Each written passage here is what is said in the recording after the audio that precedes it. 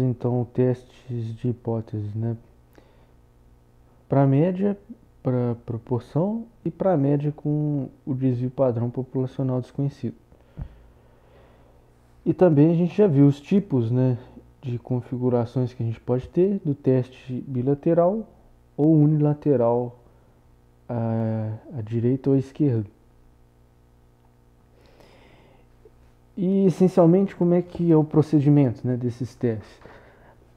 A gente partia do nível de significância, olhava para a estatística do teste e definia a região de rejeição. E aí era só comparar a estimativa que a gente tinha na amostra, se ela está dentro ou não da região de rejeição. Se estiver dentro, a gente rejeita a hipótese nula. Se estiver fora, a gente não rejeita a hipótese nula. E esse é o resultado do teste, né? Agora, repara que esse procedimento, né, a gente só avalia se a gente vai rejeitar ou não. Mas também a gente poderia pensar no seguinte: bom, às vezes a estimativa que eu tive na amostra, né, caiu dentro da região de rejeição e o resultado do teste foi a rejeição da hipótese nula, mas pode ser que a estimativa tenha caído ali bem próxima do valor crítico, né? Se ela fosse de repente um pouquinho maior ou menor, ela poderia cair fora da região de rejeição e o resultado do teste seria completamente diferente. Então a gente, só com esse procedimento, a gente não teria uma ideia quantitativa do quão perto ou não a gente estaria de mudar o resultado do teste a partir da estimativa amostral. Então, um conceito auxiliar, né, que nos ajuda a ter essa ideia quantitativa é o valor P.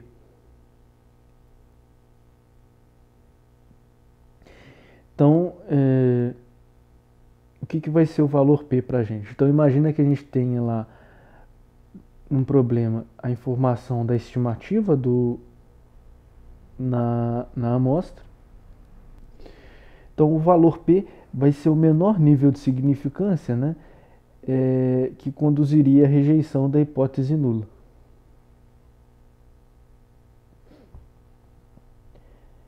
Então, vamos ver um exemplo aqui. O rendimento de um processo químico está sendo estudado. De experiências prévias, sabe-se que o desvio padrão é de 3%.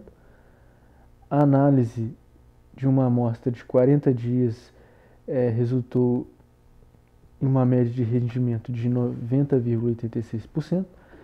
Deseja-se saber se o rendimento do processo é superior a 90%. Qual o valor P do teste? Então, primeiro a gente vai ter que ainda, né, definir que tipo de teste é e quais vão ser as hipóteses. Nesse caso, a gente vai ter um teste unilateral à direita, né, para a média, com as hipóteses. A hipótese nula de que a média é menor do que 90% e a hipótese alternativa de que a média é maior. E a estatística do teste, né, vai ser essa aproximação aqui pela distribuição normal. O desvio padrão vale 3 e o N vale 40. A estimativa de... Então agora se a gente olhar, né, vamos tentar ver aqui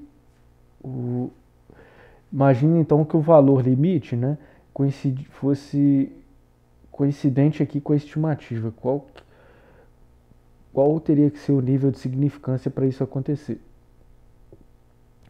Então, se a gente substituir aqui para x esse valor da estimativa, a gente vai ter o z, o valor de z aqui de 1,81. E a probabilidade de z ser maior do que esse valor seria aqui de 3,51%.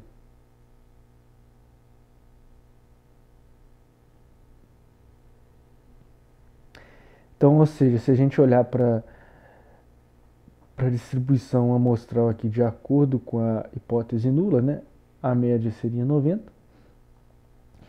A estimativa que a gente tem na amostra, né, seria essa daqui, 90,86.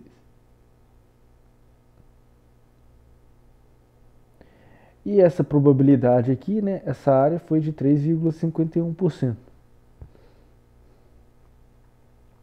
Então, se a gente definir aqui um nível de significância maior do que 3,51%, né, a área aqui para ser maior, o que seria o valor crítico, ele ficaria aqui à esquerda do 90,86 da estimativa. Então, nesse caso, a estimativa cairia dentro da região de rejeição e a gente rejeitaria a hipótese nula, né, se o nível de significância fosse maior do que 3,51%. Se o nível de significância fosse menor, né, a área dele teria que ser menor. Então, o que seria o valor crítico ficaria aqui à direita do 90,86. Logo, a estimativa da amostra cairia fora, né, da região de rejeição e a gente não rejeitaria a hipótese nula.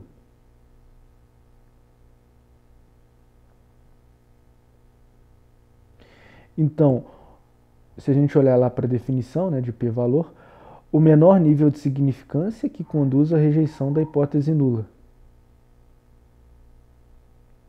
Então, o menor nível de significância que conduziria à rejeição da hipótese nula seria justamente esse valor aqui de 3,51%.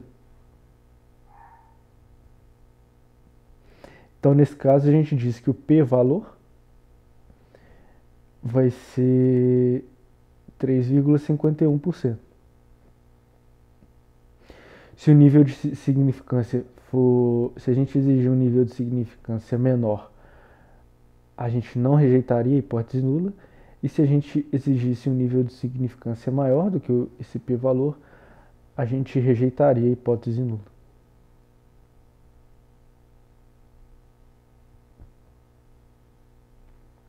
Então, nesse caso, a gente calculou o p-valor por um teste unilateral à direita. Então, a gente poderia calcular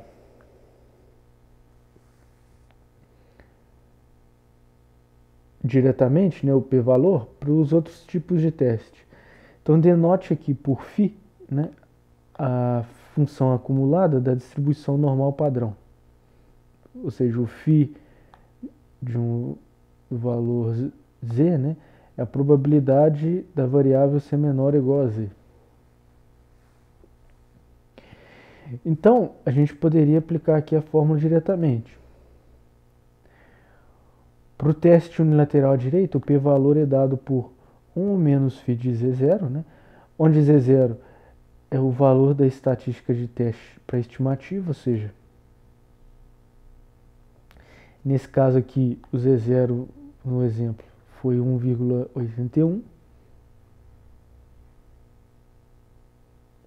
Ou seja, z0 é o valor que a gente, correspondente aqui na estatística de teste, para a distribuição, no caso aqui, normal padrão, a partir da estimativa amostral, né?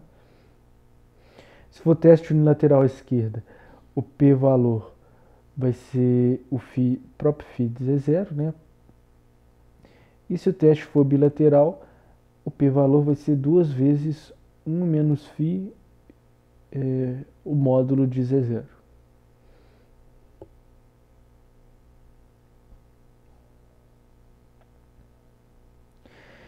Então, com o p-valor, além de a gente ter uma noção quantitativa, né, se a gente comparar o p-valor com o nível de significância, a gente tem uma ideia se a gente está próximo ou não de mudar o resultado do teste, né? Se o nível de significância estiver muito próximo do p-valor, quer dizer que eu estou perto, né, de mudar o resultado do teste. Se o nível de significância estiver distante do p-valor, quer dizer que a estimativa ela tem uma folga ali em relação ao valor crítico. E mais, né? eu também tenho um critério. Se o p-valor for maior do que o nível... Aqui seria o nível de significância. Então, se o p-valor for maior do que o nível de significância, a gente não rejeita a hipótese nula. Se o p-valor for menor do que o nível de significância, a gente rejeita a hipótese nula. Então, também a gente tem um critério mais direto para o resultado do teste. Então, vamos ver uma aplicação desse critério. Um fabricante produz anéis para pistões de motor. Sabe-se que o diâmetro do anel possui distribuição aproximadamente normal, com um desvio padrão de 0,001 milímetro. Uma amostra aleatória de 5 anéis tem um diâmetro médio de 75,036 milímetros. Desejamos testar a hipótese de que o diâmetro médio é de 74,35. Qual o p-valor do teste? Para o nível de significância de 1%, a hipótese nula seria rejeitada? Então, nesse caso,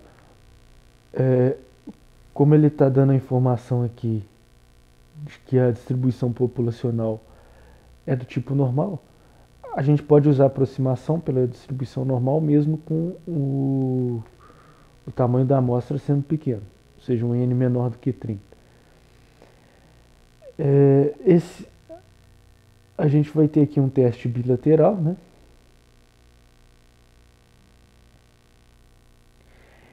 E a estimativa amostral da média foi 74,36. Então, se a gente calcular o Z0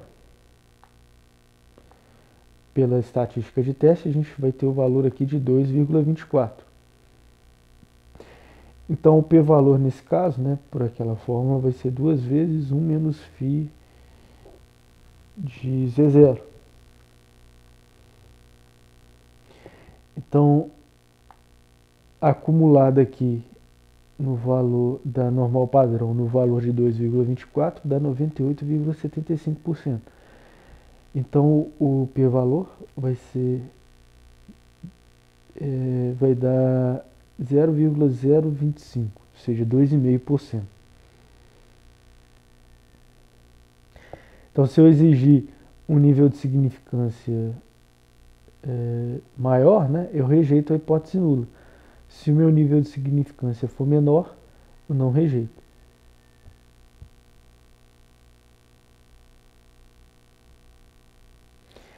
Se eu exigisse, então, um nível de significância de 1%, seria menor do que o valor P.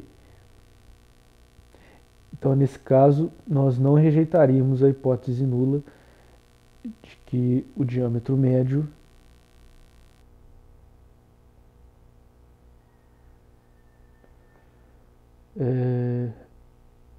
vale 74,035 milímetros.